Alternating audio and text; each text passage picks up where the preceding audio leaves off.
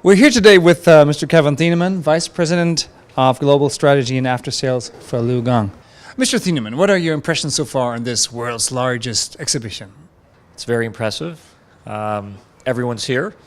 A lot of new product, a lot of focus on customer service, which I'm particularly interested in, and a lot of new offerings. So it's always good to kind of go compare what's new on the market, how we stack up, where the gaps may be, where we may be strong or weak, where we're at par. One of the big themes for this Bauma was LiuGong is listening. So it's obvious that you aim to be closer to the customer. Which steps have you taken to do so? Over the last year, we've really been focused on fill rate. You know, we in the past, we've not been as good as we need to be. We're not market competitive on our commitment to the dealer and the dealer commitment to the customer to get parts to them when they need it. So that's been a big focus around the world, and we've made improvement. Still not yet to where we need to be, but I heard from many dealers and customers this week, we need to continue to improve. So it's good reinforcement, keeps us humble. There is recognition that improvements are happening. It's just we can't stand pat. We got to keep pushing the rock up the hill.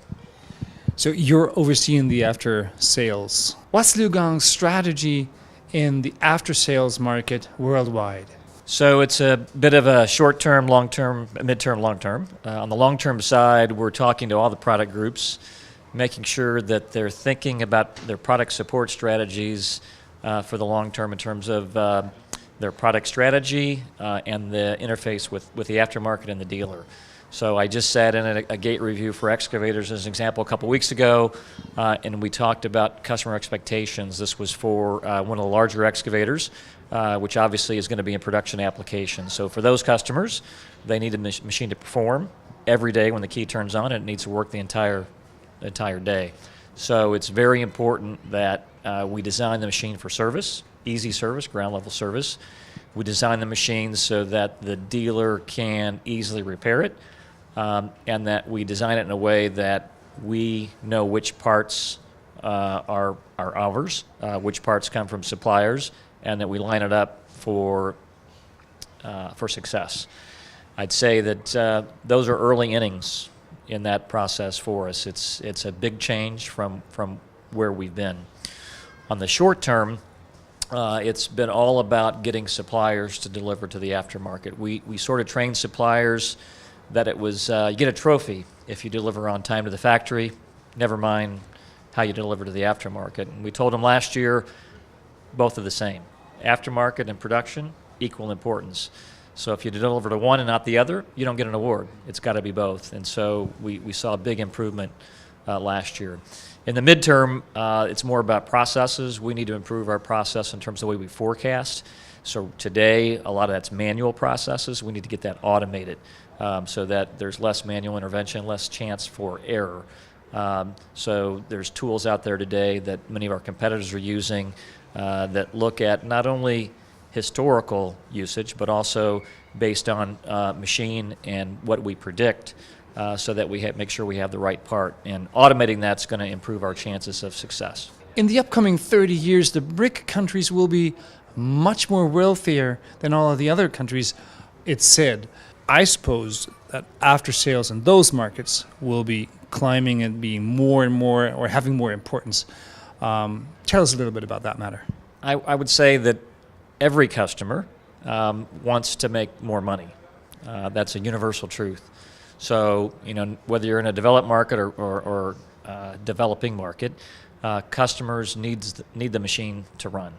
And that's where we count on the dealer to partner with the customer. That's really, at the end of the day, that's why the customer buys the machine, is that trust with the dealer, who then we have to stand behind to make sure he gets the technical information he needs to support the machine, and that we supply the parts as a backstop. Now, you know, some of our dealers don't stock the parts that we want them to stock, and that's all part of the fine balance between the OEM and the dealer to make that work seamlessly.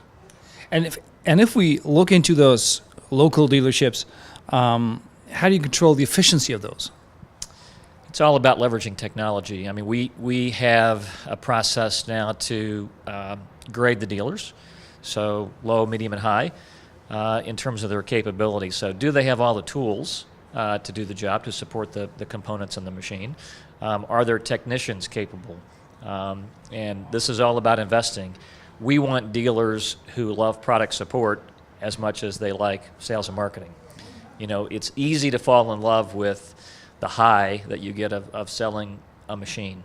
But at the end of the day, that high is like a sugar high. It lasts for a very short period of time. What the customer remembers is, does that machine do the job that I purchased it for?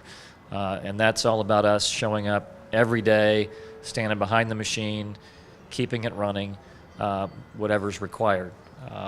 And you know, we need to continue to focus on doing that. Technology is going to help us do that. So the telematics that we have on board the machine, the sensors letting us know if something's not quite right, so that we can get to the machine before a failure happens. That's the holy grail that's out there for us.